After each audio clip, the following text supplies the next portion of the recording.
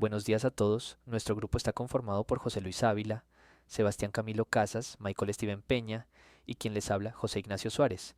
Hoy les hablaremos de toma de decisiones multiagente, donde abordaremos temas tales como propiedades de los entornos multiagente, teoría de juegos no cooperativos, teoría de juegos cooperativos y toma de decisiones colectivas. Para comenzar, consideremos un escenario familiar pero ilustrativo, una fábrica automatizada. En esta fábrica, múltiples robots trabajan juntos para ensamblar productos. Cada robot tiene sus propias tareas asignadas, como soldar, ensamblar o mover componentes. Sin embargo, para completar un producto, estos robots deben coordinar sus acciones y tomar decisiones en conjunto. Por ejemplo, si un robot necesita acceder a un componente que otro robot está transportando, deben sincronizar sus movimientos para evitar colisiones y garantizar una producción eficiente. Así pues, algunas ideas clave de las propiedades de los entornos multiagentes son: primero, su posición simplificadora de un solo agente. Tradicionalmente, la inteligencia artificial ha asumido un solo agente tomando todas las decisiones.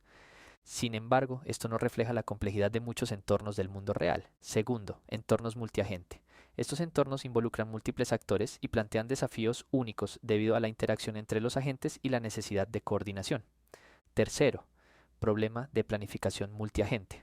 Estos ecosistemas enfrentan problemas de planificación. La toma de decisiones debe considerar las acciones y preferencias de múltiples agentes. Cuarto, dependencia de las relaciones entre agentes. La naturaleza exacta del problema de planificación multiagente y las técnicas para resolverlo dependen de las relaciones entre los agentes en el entorno. Esto incluye la cooperación, la competencia y otras interacciones entre los agentes. La primera posibilidad es que, aunque el entorno contenga múltiples agentes, solo contenga un responsable de la toma de decisiones. En tal caso existen diferentes escenarios. Ellos son un decisor, planificación multiefector, planificación multicuerpo y problema de planificación descentralizada. En el primer escenario, consideramos un entorno donde un solo agente toma decisiones en nombre de todos los demás. Este modelo, conocido como la suposición del agente benevolente, implica que los otros agentes seguirán las instrucciones del agente principal.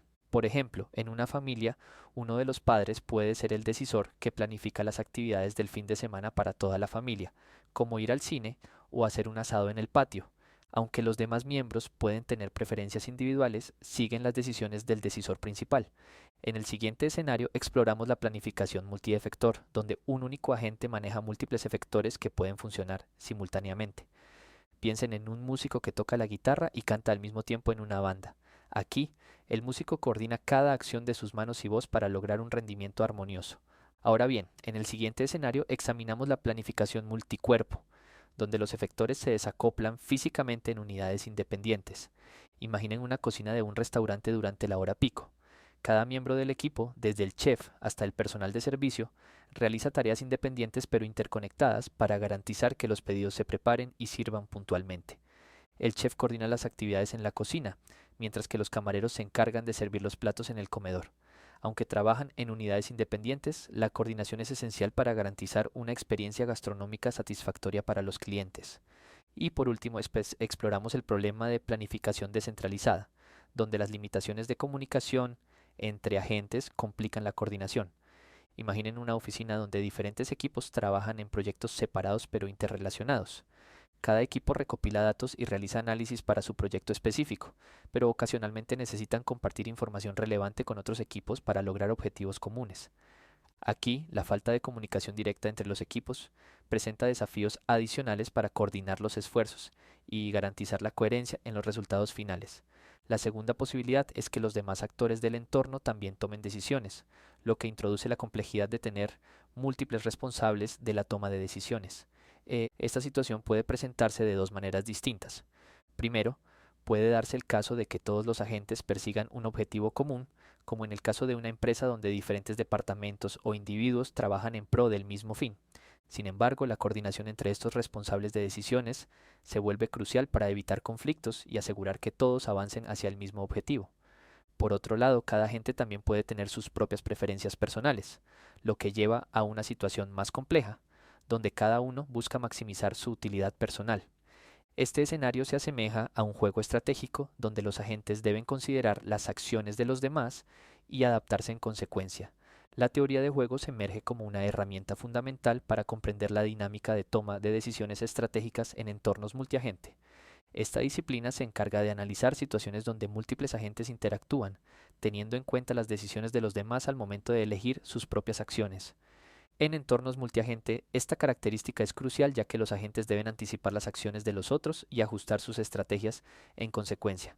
Así pues, encontramos dos tipos de juegos. Por un lado, los juegos cooperativos, en donde los agentes buscan alcanzar un objetivo común colaborando entre sí, a menudo mediante acuerdos vinculantes. Por ejemplo, consideremos una situación en la que varios agricultores comparten un terreno para el cultivo de diferentes productos. Cada agricultor tiene sus propios campos, pero todos comparten la responsabilidad de mantener el suelo saludable y asegurar una buena cosecha general. Para lograrlo, los agricultores colaboran entre sí, compartiendo conocimientos sobre técnicas de cultivo, recursos hídricos y mano de obra, con el objetivo final de maximizar la producción y el beneficio para todos. En contraste, los juegos no cooperativos implican competencia entre los agentes, donde cada uno busca maximizar su propia utilidad sin necesariamente preocuparse por el bienestar de los demás. Por ejemplo, consideremos una subasta de bienes raíces donde varios compradores compiten por una propiedad deseada. Cada comprador está motivado por su propio interés en adquirir la propiedad al precio más bajo posible, lo que lleva a una dinámica competitiva, donde cada oferta está diseñada para superar a las demás y asegurar la victoria individual. En este caso, no hay acuerdos vinculantes entre los participantes y la competencia es el motor principal que impulsa las acciones de cada agente. La planificación multiagente aborda entornos donde múltiples agentes deben coordinar sus acciones para lograr objetivos comunes o individuales. Estos entornos incluyen no solo agentes individuales, sino también sistemas donde varios agentes interactúan entre sí y con el entorno. El objetivo principal de esta sección es desarrollar modelos y algoritmos que permitan a los agentes planificar de manera efectiva y coordinar sus acciones para alcanzar los objetivos deseados.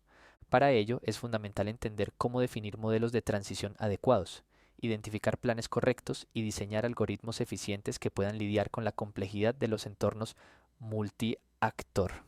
La planificación multiagente presenta desafíos únicos, como la concurrencia y la interacción entre acciones de diferentes agentes, que requieren enfoques específicos para su resolución.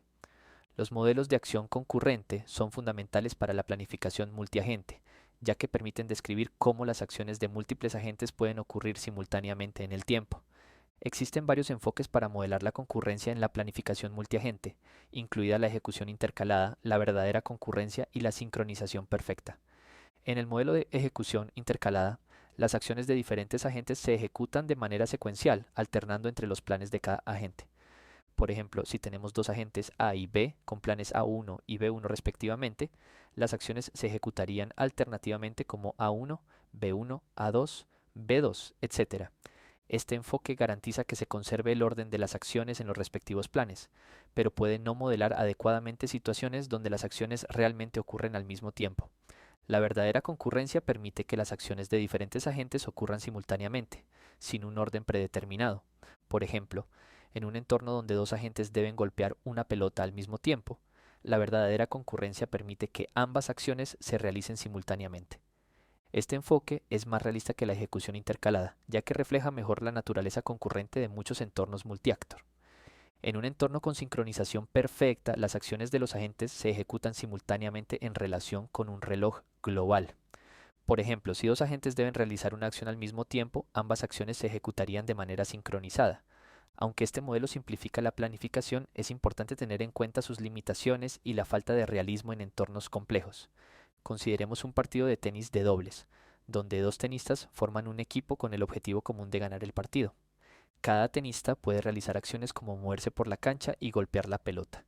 En este ejemplo, utilizaremos el modelo de acción concurrente para planificar las acciones de los tenistas durante el juego.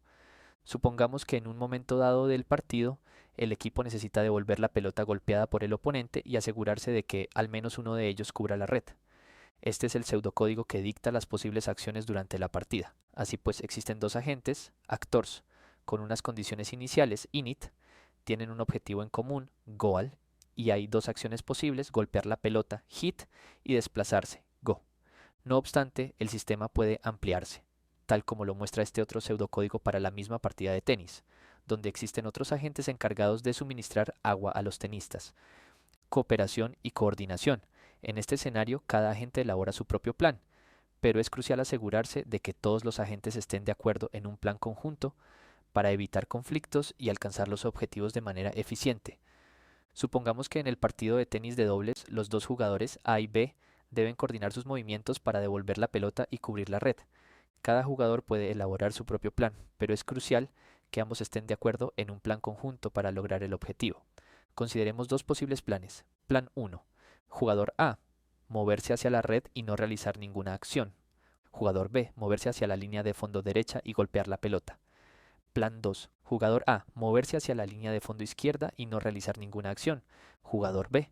Moverse hacia la red y no golpear la pelota. Ambos planes son factibles y alcanzan el objetivo si ambos jugadores están de acuerdo en seguir uno de ellos. Sin embargo, si un jugador elige un plan y el otro elige el otro, el objetivo no se cumplirá. En este escenario, la coordinación y la cooperación son esenciales para el éxito.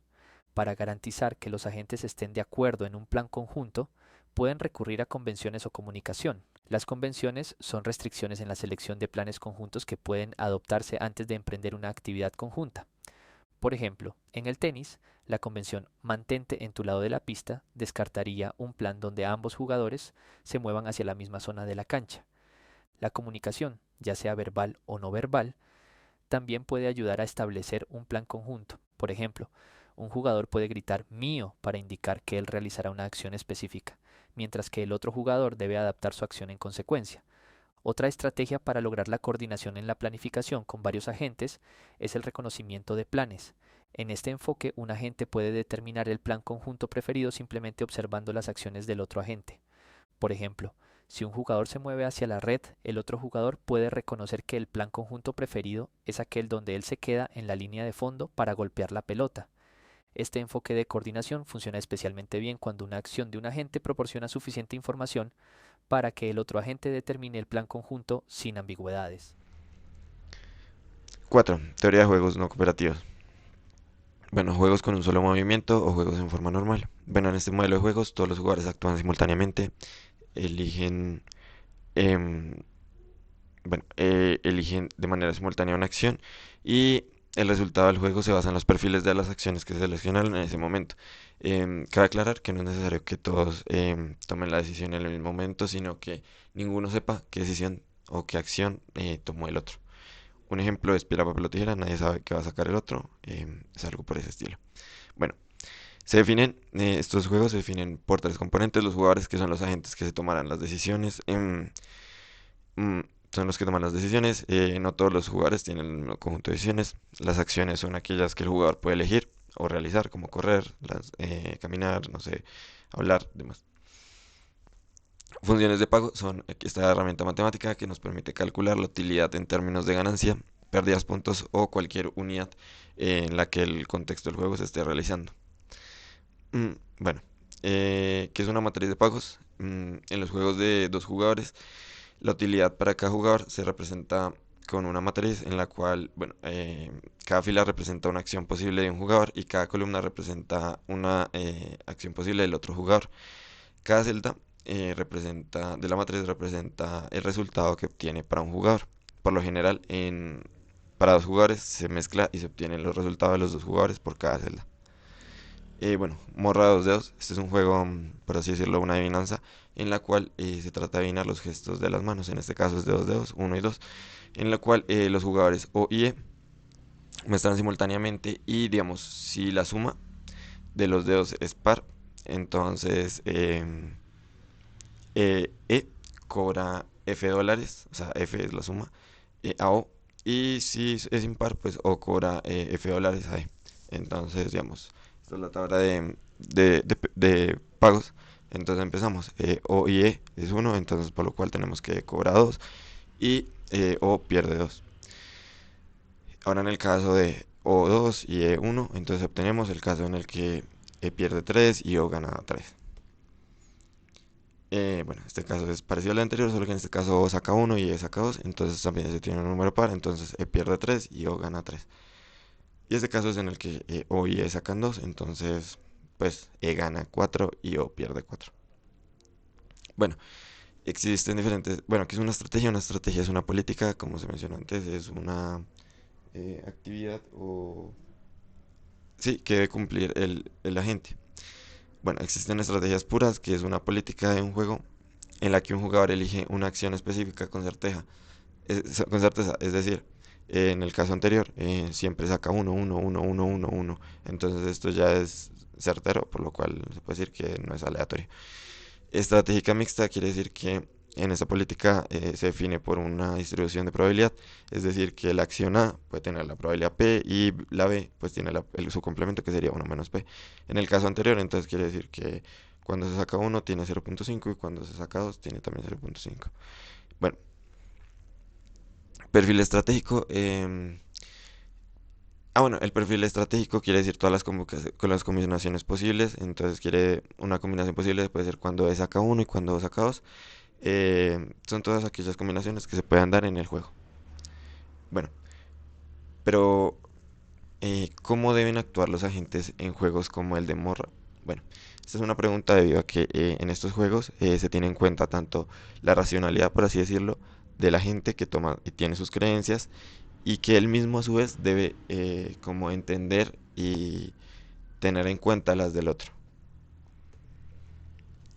Para abordar la primera solución que nos expresa el libro, tenemos que conocer el dilema del prisionero, que son dos presuntos ladrones al Ivo, que son encontrados infraganti cerca de un lugar del robo, son interrogados por aparte, entonces el fiscal les concede como las siguientes opciones. Entonces, si uno te confiesa y el otro no confiesa, em, como que el otro es el líder de la banda de ladrones, entonces el que confesó sale libre y pues el otro se va a la cárcel 10 años. Si los dos confiesan, los dos echan, por así decirlo, la culpa, ambos tomarán 5 años de cárcel. Si ninguno confiesa, ambos tomarán de 1 año de cárcel. Esos son los posibles casos, entonces nos preguntan si deben testificar o negarse. Aquí podemos ver la matriz de pagos, entonces ahí podemos ver Ali testifica, Bo testifica, entonces menos 5, Ali refuse, Bo testifica, entonces quiere decir que Ali toma 10 años y B 0, sale libre y así. Y cuando los dos se niegan, entonces toman solo 1 año de cárcel, se puede ver en la casilla 4. Ahora, bueno, entonces si nos ponemos, digamos, en los zapatos de Ali, podemos entonces decir que si Bo testifica, nos pueden dar 5 años si testificamos y 10 años si no lo hacemos. Así que en este caso lo mejor es testificar.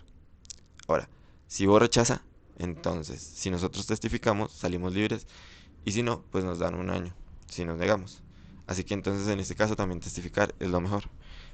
¿Qué concluimos? Que testificar es una estrategia dominante. Bueno, ¿qué es una estrategia dominante? En una estrategia dominante que se hace llamar así, que es una estrategia S, la cual al jugador P le da el mejor caso sobre las demás opciones. Es decir, es su mejor eh, estrategia que puede realizar.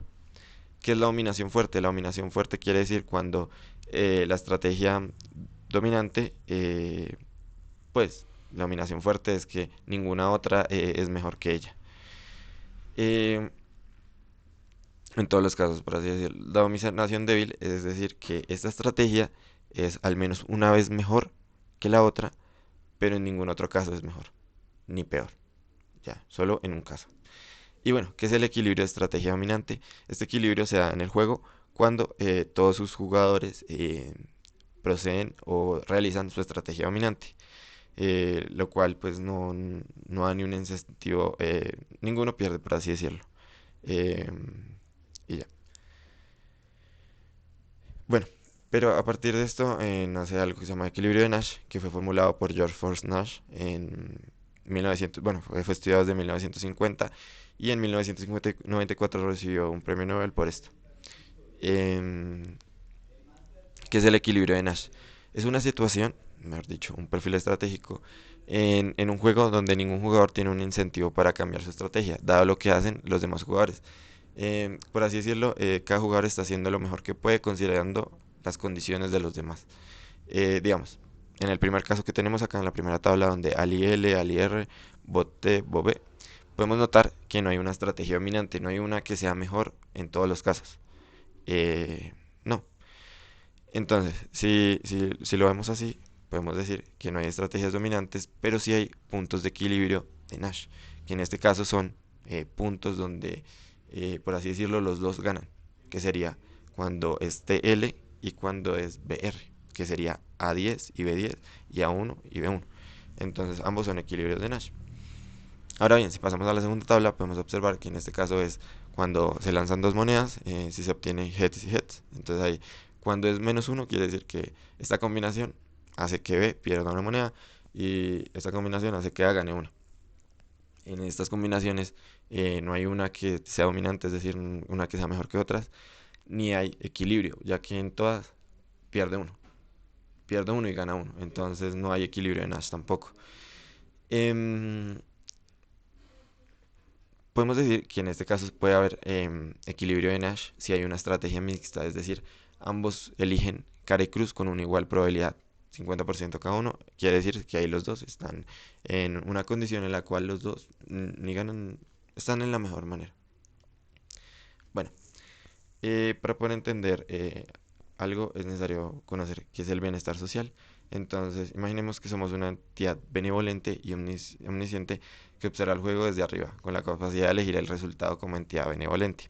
Nuestro objetivo sería seleccionar el resultado que sea óptimo para la sociedad en su conjunto. ¿Cómo debería elegir? ¿Qué criterios se podrían aplicar?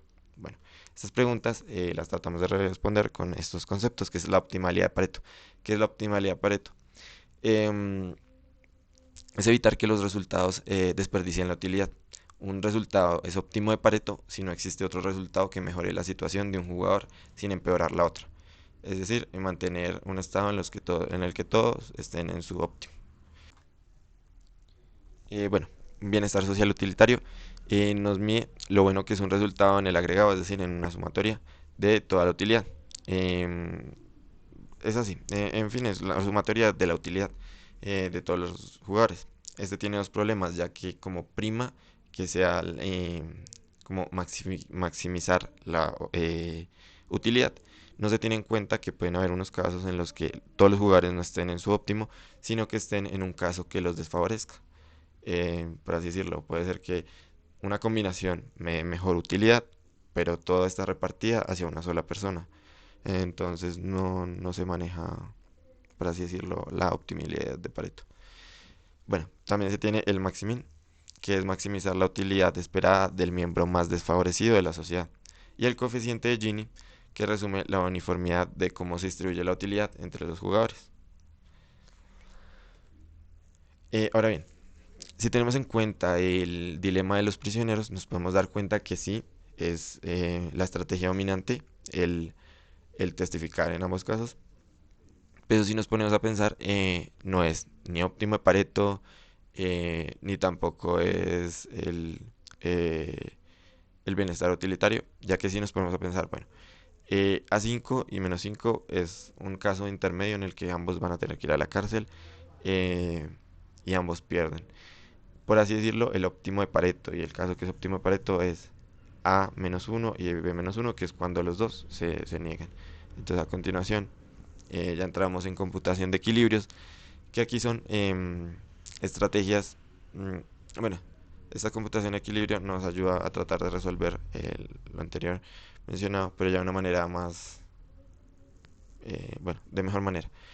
Estrategias puras. Este método implica probar todas las comunicaciones posibles de estrategias para encontrar aquellas en las que ningún jugador pueda mejorar una situación unilateralmente. ¿Qué es lo malo de este caso? Que crece exponencialmente dependiendo cómo va creciendo la cantidad de jugadores y de acciones. Entonces se vuelve pues grandísimo. Eh, ¿Qué hay como respuesta a esto? La mejor respuesta miope, que en lugar de considerar todas las estrategias posibles de manera exhaustiva, lo que hace es tomar como la estrategia en un caso que no sea subóptima, es decir, que algún jugador no tenga su estrategia óptima. Y entonces él la convierte a óptima y empieza a iterar así hasta que llegue a una optimalidad, por así decirlo, una óptima de Pareto. Ahora bien, en estrategias mixtas, en juegos con estrategias mixtas es considerablemente más complejo debido a la necesidad de considerar la aleatorización en las decisiones de los jugadores. Para esto nace el Maximin, que es en 1928 von Neumann desarrolló un método para encontrar la mejor estrategia en juegos de dos jugadores donde la ganancia siempre suma cero. Como en Morra, estos juegos, digamos, las ganancias de un jugador son exactamente lo contrario a las del otro, es decir, eh, digamos en este caso, o ganaba 3 o perdía 3. Sí. Por lo tanto, solo necesitamos analizar la ganancia de uno de los jugadores. Bueno, aquí podemos ver los árboles de Maximin. Eh, Más adelante explicaré. Bueno, el proceso es Maximin. Entonces, comenzamos con la maximización, el Maximin para E, en el caso de Mor. Bueno, entonces el jugador E examina todas las estrategias disponibles que puede seguir. Entonces, para cada una de sus estrategias posibles, considera todas las elecciones que el jugador O podría hacer en respuesta. Aquí se puede ver una desventaja para E. Luego, para cada una de estas estrategias de E, calcula la peor ganancia posible que podría obtener, suponiendo que O elija la opción que más daño le puede causar, es decir, donde más gane O. Y E, entonces debe seleccionar la estrategia que maximiza su peor ganancia posible. Esta estrategia se conoce como la estrategia Maximin para E. Ahora bien, ¿qué es el otro proceso? La minimización de ese es Minimax para O. Bueno, después de que ha seleccionado su estrategia Maximin, el jugador O examina las opciones disponibles para él. Para cada una de las estrategias posibles, considera todas las elecciones que podría hacer después de su respuesta. Es decir, aquí ahora O queda en desventaja sobre E. Luego, para cada una de estas estrategias de O, calcula la mejor ganancia posible que podría obtener, suponiendo que elija la opción que menos daño le causa a O, es decir, la más suave, por así decirlo. Y entonces O selecciona la estrategia que minimiza su mejor ganancia posible. La estrategia se conoce como la estrategia Minimax para O. Bueno, ahora bien, venimos ya a los juegos repetidos. ¿Qué son los juegos repetidos? Bueno, en un juego repetido los jugadores juegan múltiples rondas de un juego, de una sola jugada, y digamos, cada jugador elige una estrategia para cada ronda basada en los resultados previos y futuros.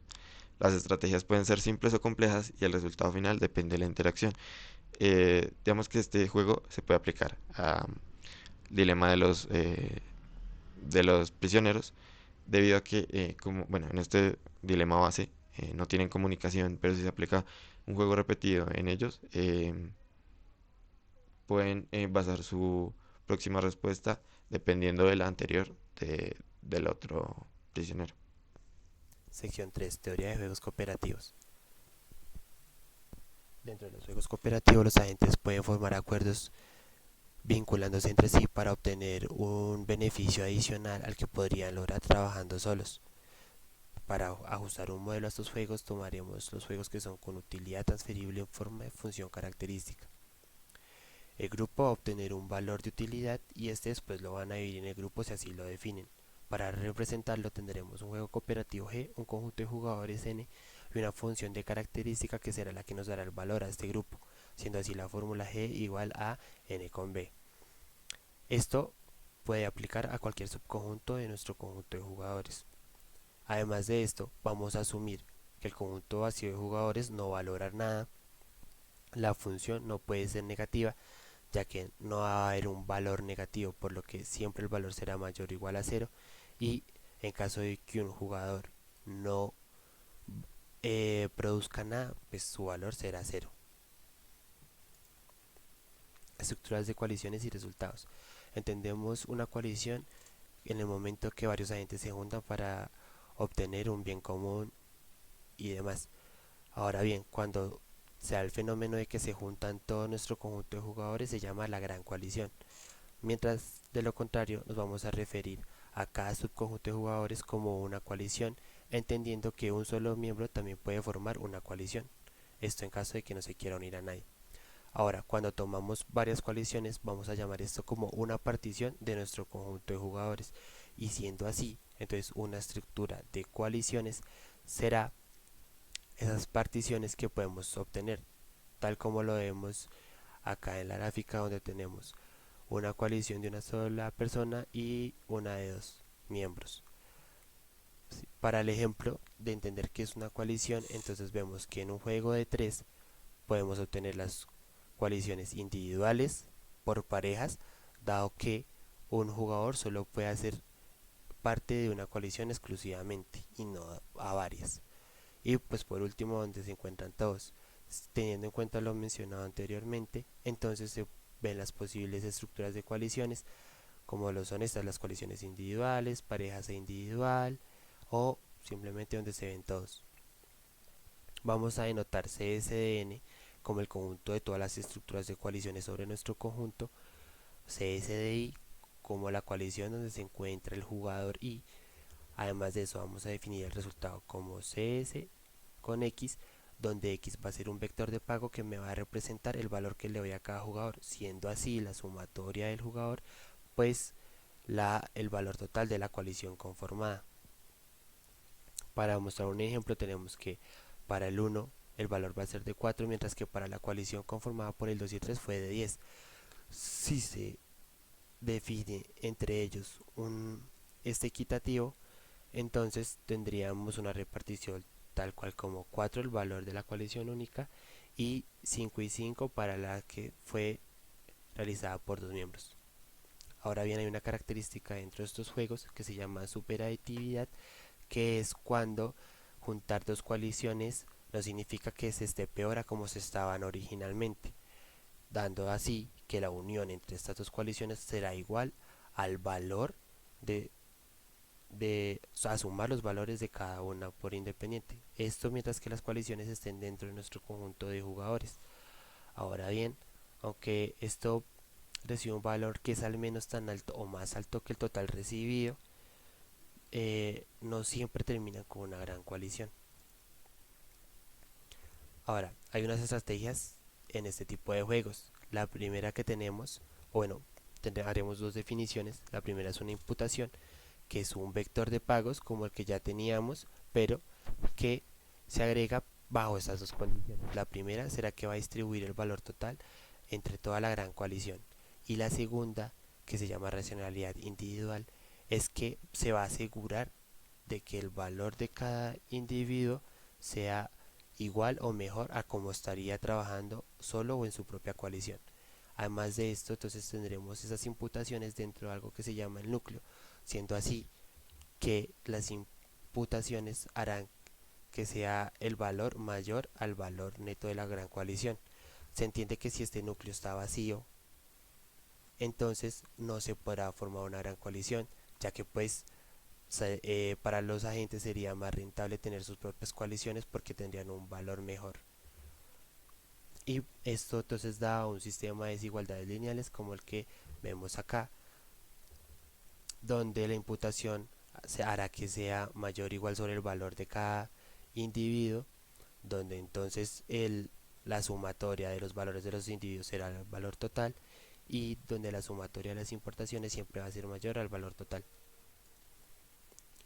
Ahora unos casos y ejemplos. En este caso tenemos un núcleo vacío, ya que el valor total va a ser igual de 1, lo que nos dice que al menos un jugador y va a tener un valor mayor al 0, mientras que los otros dos van a tener un pago total menor a 1, lo que nos da a entender que haciendo coaliciones entre los tres jugadores siempre vamos a tener un resultado parecido y o que beneficia más a una coalición que a la otra, por lo que nunca podríamos armar una gran coalición.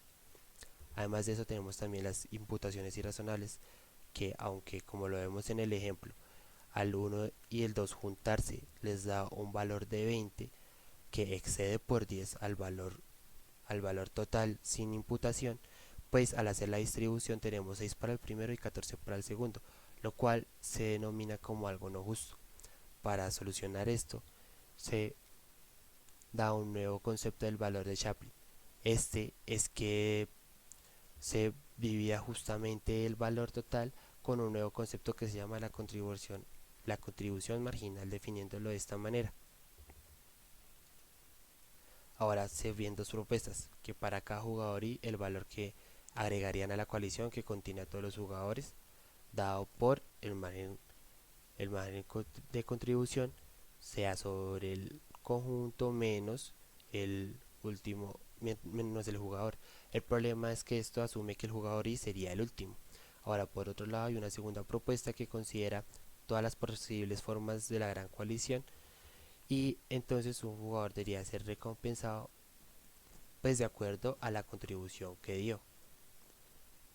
¿Sí? Entonces esto se denota sobre todos los posibles ordenamientos que hay, entonces sumando haciendo un promedio entre la contribución marginal que se dio de cada jugador. Ahora bien, raíz de esto surgen ciertos axiomas y esas son sus definiciones.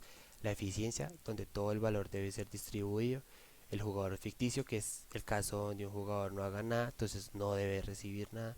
La simetría, cuando los jugadores tienden a hacer lo mismo o a generar lo mismo, entonces van a tener por lo tanto una retribución parecida o idéntica o igual.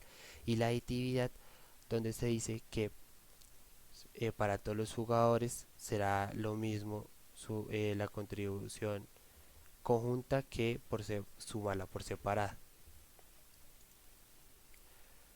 Computación en juegos cooperativos. Se han desarrollado varios enfoques para representar de manera compacta los juegos cooperativos que se pueden distinguir por si son completos o no.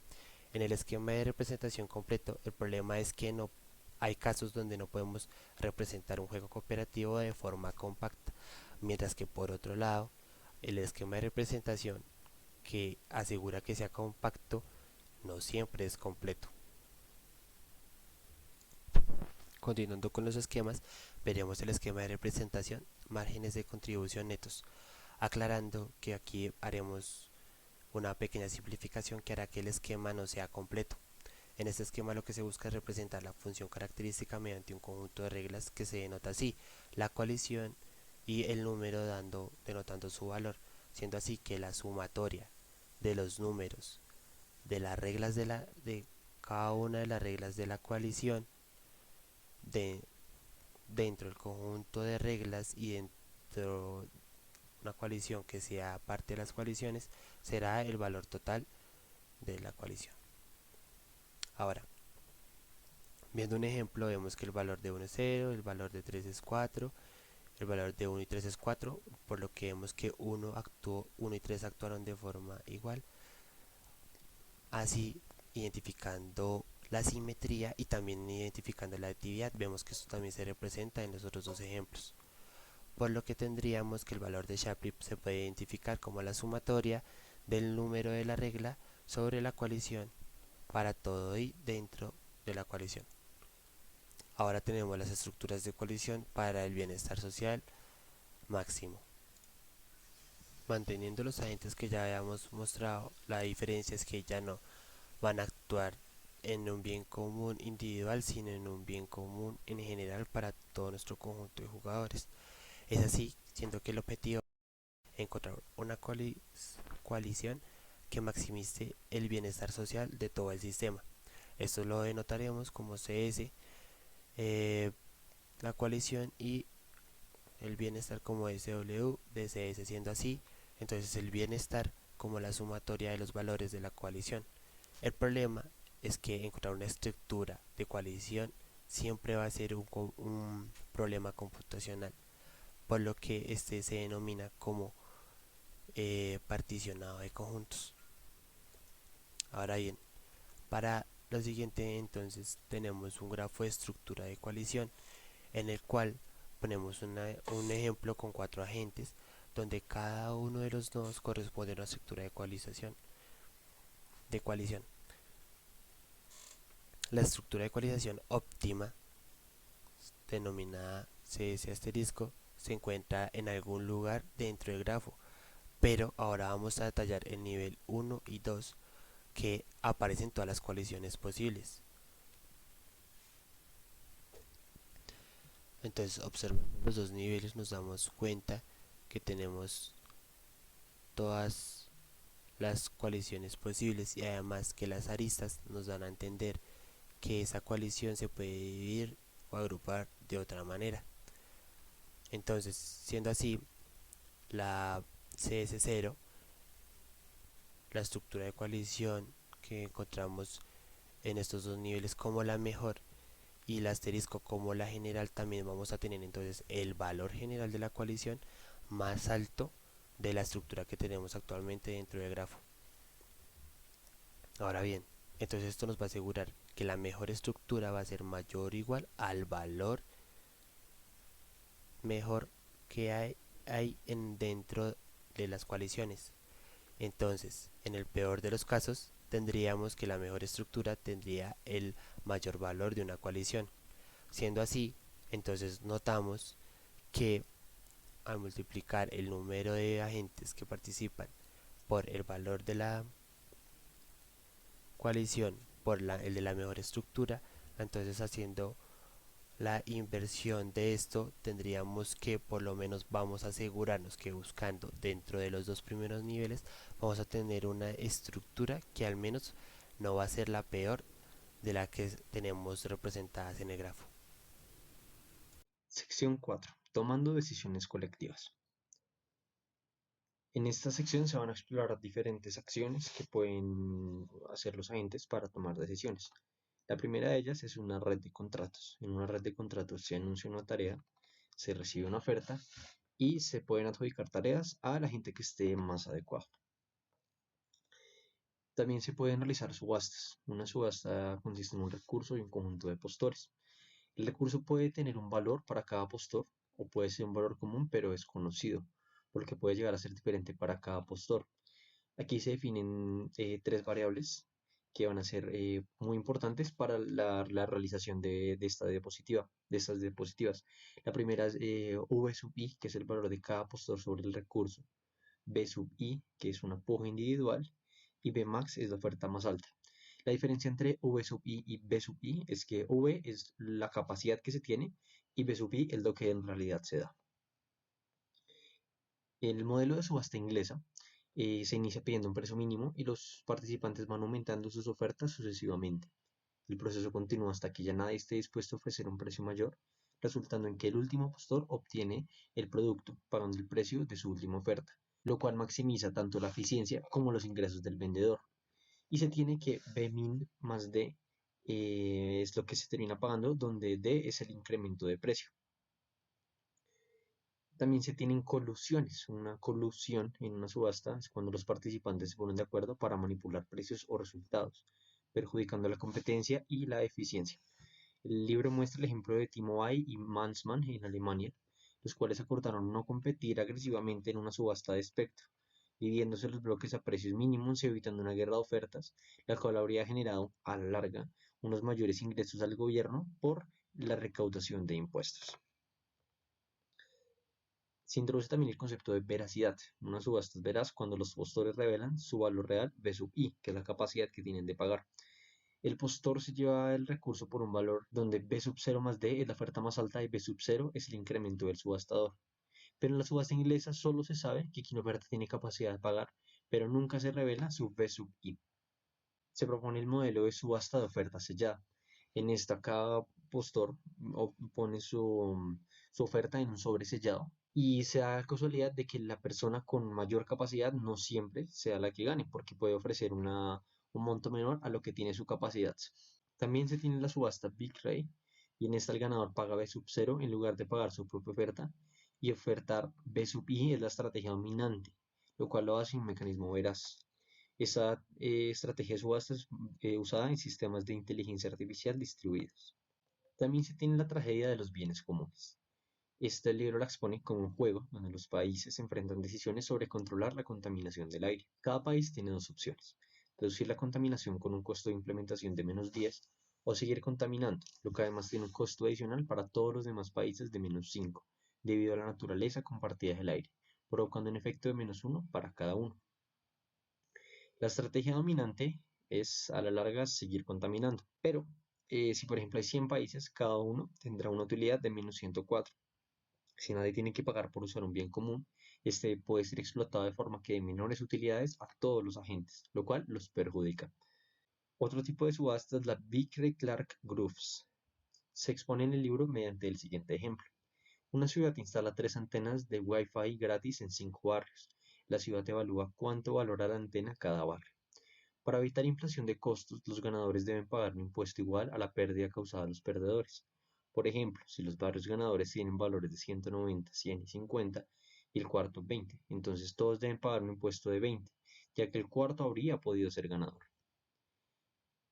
Esto garantiza que ofertar diferente a B sub i no es racional, porque el valor del impuesto nunca está garantizado y podría ser mayor que el valor real. Esta es una estrategia veraz, donde la estrategia dominante es que cada ente revele su V sub i, su capacidad de pago. Otro tipo de mecanismo de toma de decisiones son las votaciones, las cuales son populares en la democracia.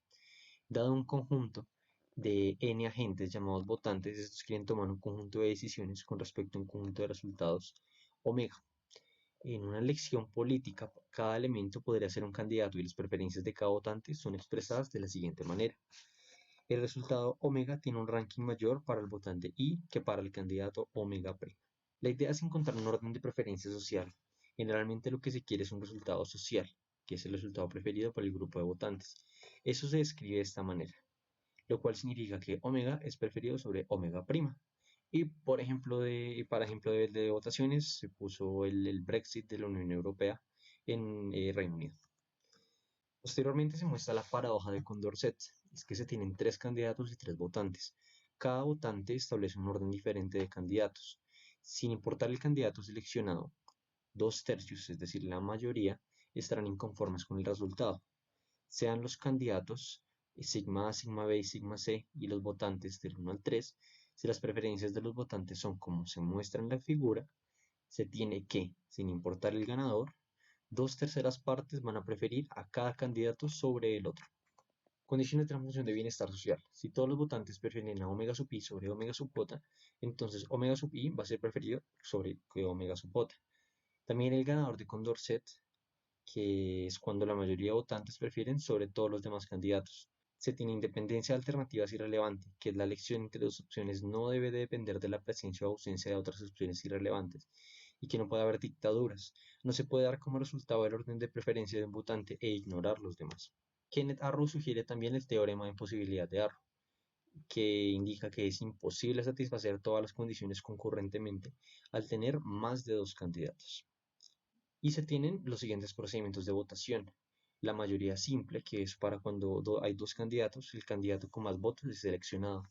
La votación plural, que es cuando hay más de dos candidatos, se pregunta a cada votante el candidato elegido y se selecciona el candidato con más votos.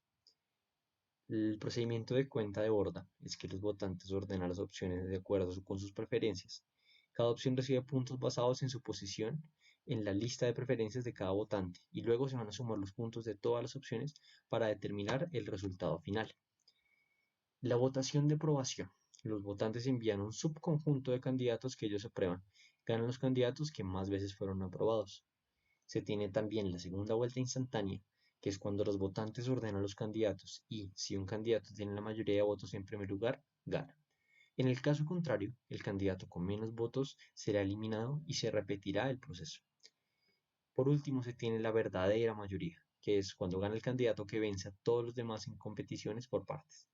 Esto garantiza que la mayoría esté conforme, mas no es una buena opción si ningún candidato gana una mayoría. Se propone también el teorema Givard-Satterthwaite, que es que una función de elección social que satisfaga la condición de Pareto para dos o más candidatos es manipulable o es una dictadura. También se tienen las negociaciones. Las negociaciones son herramientas que usan los agentes para llegar a un acuerdo de interés común, los cuales las realizan a través de protocolos para poder tomar decisiones. El protocolo de ofertas alternantes ocurre cuando hay dos agentes y cada uno tiene un turno de oferta. Entonces, en el primer turno ofrece a uno y si a dos acepta, se acaba la negociación, pero si no, sigue otra ronda. En la segunda ronda, el agente A2 hace una oferta y A1 decide si la acepta o no. Y surge el concepto de trato-conflicto, que surge cuando no se llega a un acuerdo y los agentes negocian por siempre. Para evitar esto, se asume que la negociación dura un tiempo finito. Después viene el ejemplo de dividir un pastel en una sola ronda, que es que entre dos agentes van a dividir un pastel o la negociación solo va a durar una ronda. La estrategia que se toma es que el jugador que tiene el turno actual y el único turno va a pedirse quedar con todo. Y como solo hay una ronda, el segundo agente debe aceptar para no entrar en el trato conflicto, lo cual se llama equilibrio de Nash. Si el juego tuviese dos rondas, el segundo jugador rechazaría la oferta inicial y la siguiente propondría lo mismo, quedándose todo el pastel con él, regresando al equilibrio de Nash. Pero si el número de rondas es fijo, quien juegue la última ronda tiene todo el poder y se llevará todo el pastel. Ahora, también los agentes son impacientes, y es que para cualquier resultado, si hay dos rondas, los agentes prefieren acabar la ronda en el tiempo T1 y no en la ronda T2. ocurriendo la ronda T1 primero que la ronda T2. Para aumentar la paciencia se utiliza también un factor de descuento con valores entre 0 y 1. Se expone también la negociación de tareas. Para esto se utiliza el ejemplo de los dos agentes y las maquinarias. Se tienen dos agentes que deben hacer una serie de tareas en dos máquinas diferentes, pero el hecho de ajustar las máquinas es caro. Los agentes pueden llegar a un acuerdo de que cada uno usará una sola máquina y hará las tareas del otro que necesiten en esa máquina, lo cual reduce los costos de configuración, los elimina por completo. El conjunto de tareas T y la asignación inicial de tareas está dada por la siguiente expresión, y el costo de un conjunto de tareas es T de T sub I, y no hacer nada cuesta cero. Entonces una oferta es individualmente racional si cumple la siguiente condición. Después se expone el protocolo de concesión monótono, que tiene las siguientes reglas. Lo primero es que la negociación, como se ha visto, se va a hacer por rondas, y en la primera ronda ambos agentes van a ofertar al tiempo. Hay un acuerdo si un agente encuentra que la propuesta de su compañero es igual o mejor que la suya, más si hay un empate se selecciona al azar. Sin embargo, si no se llega a un acuerdo, se sigue a la siguiente ronda, donde cada agente debe repetir su oferta o hacer una concesión, que es una propuesta preferida por el otro agente. Se tiene también la estrategia Southern, que mide la voluntad de los agentes de arriesgar. Un agente va a estar dispuesto a arriesgar si la diferencia entre la propuesta actual y la del trato de conflicto es baja. De otro modo, tiene mucho más que perder y no va a estar tan propenso a arriesgarse o a conceder. La ecuación para el riesgo está mostrada a continuación. Esta estrategia propone que la primera propuesta de los agentes debe maximizar su propia utilidad. Después, el agente que tenga menor voluntad de riesgo debe conceder en la ronda T. La cantidad a conceder debe ser la más pequeña posible que haga que el otro agente conceda en la siguiente ronda. Y si ambos agentes tienen el mismo riesgo, se selecciona quien queda al azar. Bueno, como conclusiones, tenemos que, el estudio de la toma de decisiones multiagente es crucial en la actualidad porque habilita el diseño de sistemas inteligentes capaces de colaborar, competir y tomar decisiones óptimas en entornos complejos. 2. La teoría de juegos no cooperativos es un campo que estudia cómo los jugadores toman decisiones estratégicas en situaciones competitivas. Este campo ofrece herramientas poderosas para entender el comportamiento humano y predecir resultados en una variedad de contextos. Y último, los juegos cooperativos muestran cómo obtener bienestar grupal y o individual, aún trabajando solo o en grupo. Esto es una representación fiel de la situación que se presenta a diario.